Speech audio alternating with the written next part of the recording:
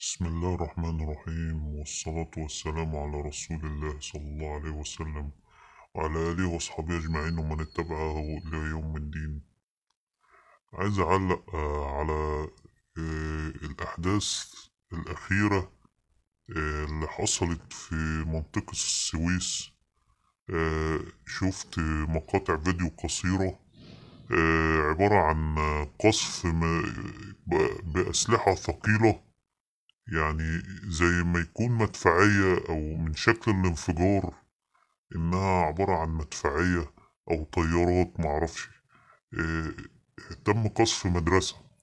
كان كان فيها ناس أفراد بيطلقوا نار، أعيرة نارية. من الواضح يعني إنها أعيرة نارية زي مدافع رشاشة محمولة باليد، مش ثقيلة يعني. آه، على قوات الجيش أو حاجة. بس بعديها شفت فيديو جنود من بعيد كده خارجين، يعني مشية النصر، يعني إنهم انتصروا. بس أنا شايف كده من خلال متابعتي وخبرتي من الأحداث الأخبار ومشاهدة الفيديوهات المعارك في الدول الأخرى وكده، إن دي معركة غير متكافئة.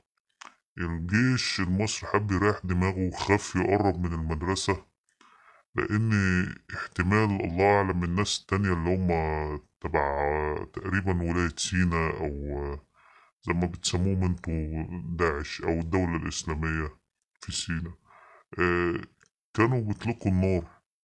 فراحوا بدل ما يواجهوهم اصروا إن هم عشان عندهم خبرة في الاستهداف أو التنشين يعني، بتوع ولاية سينا. فالجيش راح مريح دماغه وقصفهم بأسلحة ثقيلة جدا، مدفعية تقريبا أو صواريخ موجهة من طيارة. يعني عملت انفجار عش الغراب، يعني زي الانفجار عش الغراب، يعني راس من فوق ورجل من تحت. يعني انفجار شديد قوي في مدرسة، يعني مبنى صغير مش مستاهل المدفعية دي يعني. كان ممكن يروحوا يواجهوهم. بس انا بقول كده بس عشان يعني شاف في عيال صغيرة طالعة عمالين مركبين على الفيديوهات بتاعتهم موسيقى كده تركية بتاعت الجيش التركي ومنظرة فارغة. قصدي دي معركة واحنا حررنا. بس انا عايز اوضح واقرر، الجيش المصري مش معمول لحماية الشعب المصري، معمول لحماية حدود اليهود والغرب ومصالح الغرب فقط. وبالدليل انه ليه احداث كتيرة، قتل ناس ابرياء في سينا وفي القاهرة، وسحل ناس وتدخل في الحياة المدنية ملهوش دعوة بيها خالص. يعني عمري ما شفت الجيش المصري بيحارب ضد أعداء مصر أو ضد أعداء الإسلام أو ضد أعداء مصالح مصر. لا، هو أو بيحمي مصالح مصر. لا، هو بيحمي مصالح الغرب، ياخد أوامر من الغرب.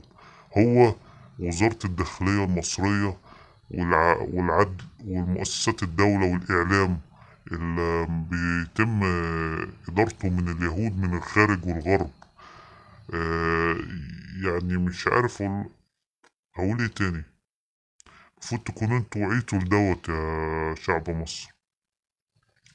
لو كان الجيش دوت قلبه عليكم ما كانش عاملكم بالمعاملة ديت، ولا منع التظاهرات، ولا يعني جابوا واحد بلطجي عربجي كده قاعد مبلطج داخل في ال10 سنين اهوت، قاعد ماسك، غير القانون بمزاجه وضحك عليكم وقال لكم انا مش عايز السلطة ولا حاجة.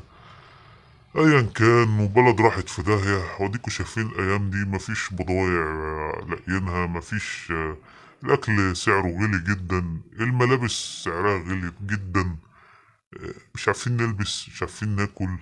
الناس اللي مش عارفة تاكل، انتم احرار. انا ما علي الا ان انبهكم، يعني اصحصح الناس. انا بصحصح الناس الجهلة، لعل ديت تكون ليا حسنة إن شاء الله في آخرتي، عشان لما تيجوا يوم القيامة أو في القبر تتسألوا يعني انتوا ليه عملتوا كده ووقفتوا ساكتين. هيقولوا لكم في ناس زي قالت لكم خدوا بالكم، وانتوا برضو مشيتوا في الطريق الغلط زي قوم موسى بني إسرائيل.